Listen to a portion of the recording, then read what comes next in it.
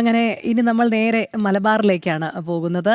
മലബാറിൽ ബി.ജെ.പി. കാഴ്ചവെച്ച ആ വലിയ മുന്നേറ്റം കോഴിക്കോടും കാസർഗോഡും ഒക്കെ വിലയിരുത്തേണ്ടതുണ്ട്. CPM-ന്റെ കോട്ടകൾ തന്നെയാണ് ബി.ജെ.പി. തച്ചുടച്ചിരിക്കുന്നത്, അല്ലേ? നമുക്ക് അവിടെ നിന്നും രമ്യാദാസ് ചേരുന്നുണ്ട്. ഗൗതം, രമ്യ, നമസ്തേ. എന്തായാലും ഞങ്ങൾ തിരുവനന്തപുരത്തെ കാര്യങ്ങളൊക്കെ ആദ്യം പരിശോധിച്ചു. അതിനുശേഷം മധ്യ കേരളത്തിൽ നിന്നും മിഥുനയ്യപ്പൻ തൃപ്പൂണിത്തറയിൽ BJP നടത്തിയ മുന്നേറ്റങ്ങളെപ്പറ്റി പറയുന്നുണ്ടായിരുന്നു. നേരെ കോഴിക്കോടേക്ക് എത്തുമ്പോൾ കോഴിക്കോട് കോർപ്പറേഷൻ തന്നെയാണ് എതിരാളികളെ ഞെട്ടിച്ചുകൊണ്ടുള്ള BJP-യുടെ ഒരു പ്രകടനം കണ്ടത്.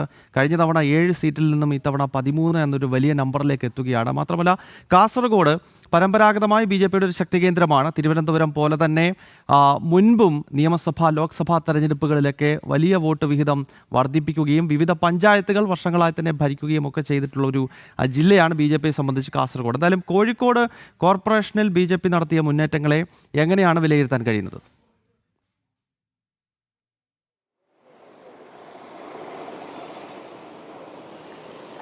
നമസ്തേ ഗൗതം, രോഹിണി.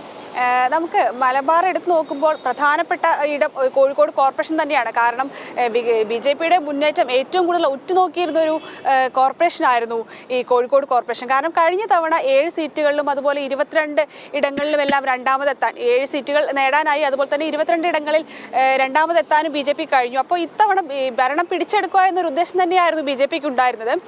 എങ്കിലും മികച്ച വിജയം തന്നെ നമുക്ക് കാഴ്ചവെക്കാനായി എന്നുള്ളതാണ് നമുക്ക് പുറത്തു വരുന്ന ഈ ഇന്നലെ പുറത്തു വന്ന തെരഞ്ഞെടുപ്പ് ഫലം സൂചിപ്പിക്കുന്നത്.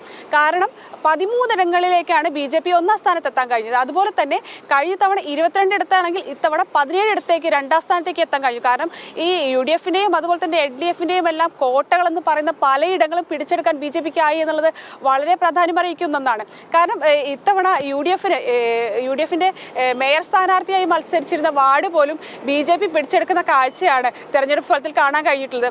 അതുപോലെ തന്നെ നവ്യ ഹരിദാസിന്റെ ഹാട്രിക് ജയം, അതുപോലെ കഴിഞ്ഞ തവണത്തെ മേയർ സ്ഥാനാർത്ഥി പൊറ്റമ്മലിൽ വിജയിച്ചിരുന്ന ബീനയായിരുന്നു മേയർ സ്ഥാനാർത്ഥി ഉണ്ടായിരുന്നത്. അല്ല, ഇത് ഇടതുകോട്ടയാണ്. വർഷങ്ങളായി തന്നെ 45-ലധികം വർഷമായി തന്നെ ഇടതുകോട്ടയായിരുന്ന ഒരു സ്ഥലമായിരുന്നു പൊറ്റമ്മൽ.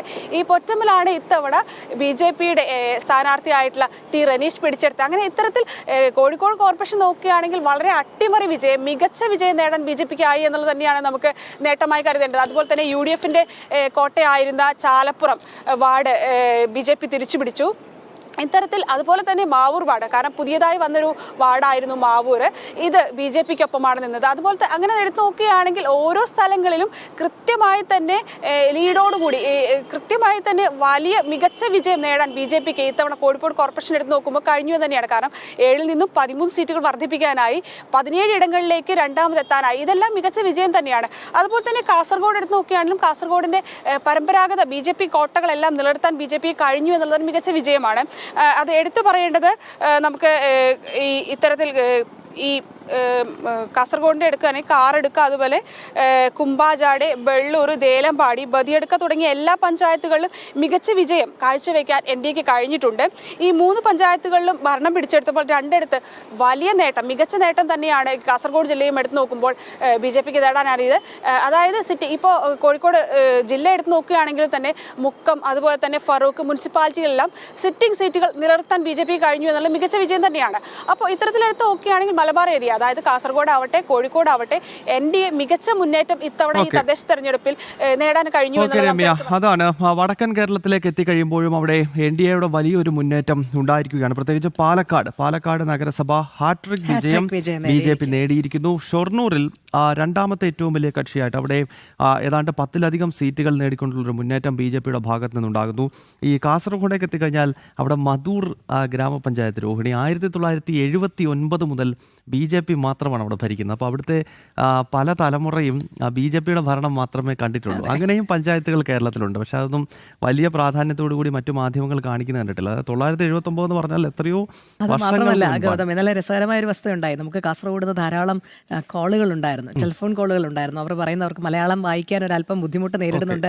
ഈ വിജയത്തിന്റെ കണക്കുകളൊക്കെ ഇംഗ്ലീഷിൽ കൂടി ഒന്ന് അവതരിപ്പിക്കാമോ എന്ന് ചോദിച്ചു. സപ്തഭാഷാ സംഗമ ഭൂമി എന്നാണല്ലോ കാസർഗോഡിനെ വിശേഷിപ്പിക്കുന്നത്. എന്തായാലും വടക്കൻ കേരളത്തിലും വലിയ മുന്നേറ്റം BJPയുടെ ഭാഗത്ത് നിന്നുണ്ടായിട്ടുണ്ട്. രോഹിണിയുടെ വാർഡിൽ ആരയിച്ച് BJP ആണ് ജയിച്ചത്. അത് ഞാൻ ഇന്നലെ തന്നെ പങ്കുവച്ചിരുന്നു. അത് ശരി, അത് ശരി. എൻ്റെ പഞ്ചായത്തിൽ വലിയ സവിശേഷത ഉണ്ടായിരുന്നു. SDPI CPM സഖ്യം നിലനിന്നിരുന്ന പഞ്ചായത്താണ് കോട്ടാങ്ങൽ. അവിടെ CPM പൂർണ്ണമായി തകർന്നു പോയിരിക്കുകയാണ്. BJP 5 സീറ്റ് വിജയിച്ചിട്ടുണ്ട്. കഴിഞ്ഞ തവണ BJP ആയിരുന്നു ഏറ്റവും വലിയ ഒറ്റക്കക്ഷി. അപ്പോൾ BJPയെ അധികാരത്തിൽ നിന്നും മാറ്റാനാണ് ഈ ഭീകര സംഘടനകളായിട്ടുള്ള SDPIയുടെ 1 സീറ്റിന്റെ പിന്തുണയിലാണ് 5 വർഷം CPM നമ്മളത് ആ പഞ്ചായത്ത് നിരന്തരം ചർച്ച ഭരിച്ചത്. ചെയ്തതാണ് അതെ, കോട്ടാങ്ങലിലെ കോട്ടാങ്ങൽ വിഷയം. പഞ്ചായത്ത്. കാരണം ഞങ്ങൾ ഇതിനൊക്കെ എതിരാണ് എന്ന് പറയുമ്പോൾ നമ്മൾ എടുത്ത് കാണിക്കുന്നത് തന്നെ അതായിരുന്നു. അപ്പൊ അങ്ങനെ ഒരു പഞ്ചായത്തില്ലെന്നാ പറയുന്നത്. അടുത്തിടെ ഞങ്ങൾ നമ്മുടെ ചർച്ചയിലൊക്കെ വരുന്ന അരുൺ മാഷ്, അദ്ദേഹം ഞങ്ങളുടെ നാട്ടിലെ സംഘപരിവാർ പ്രസ്ഥാനങ്ങളുടെ ഒരു ഫേസ് ആണ്. മല്ലപ്പള്ളി RSSന്റെ താലൂക്ക് കാര്യവാഹൊക്കെ ആയിരുന്നു. ഇപ്പോൾ ABVPയുടെ സംസ്ഥാന ഉപാധ്യക്ഷൻ. അദ്ദേഹം ഈയിടെ SFIയുടെ സംസ്ഥാന പ്രസിഡന്റുമായിട്ടൊരു സംവാദത്തിൽ പങ്കെടുക്കുമ്പോൾ ഈ കോട്ടാങ്ങൽ പഞ്ചായത്തിനെ പറ്റി അരുൺ മാഷ് പറയുമ്പോൾ SFIയുടെ സംസ്ഥാന പ്രസിഡന്റ് അങ്ങോട്ടൊരു പഞ്ചായത്ത് ഇല്ല എന്ന രീതിയിൽ പ്രതികരിക്കുകയാണ്.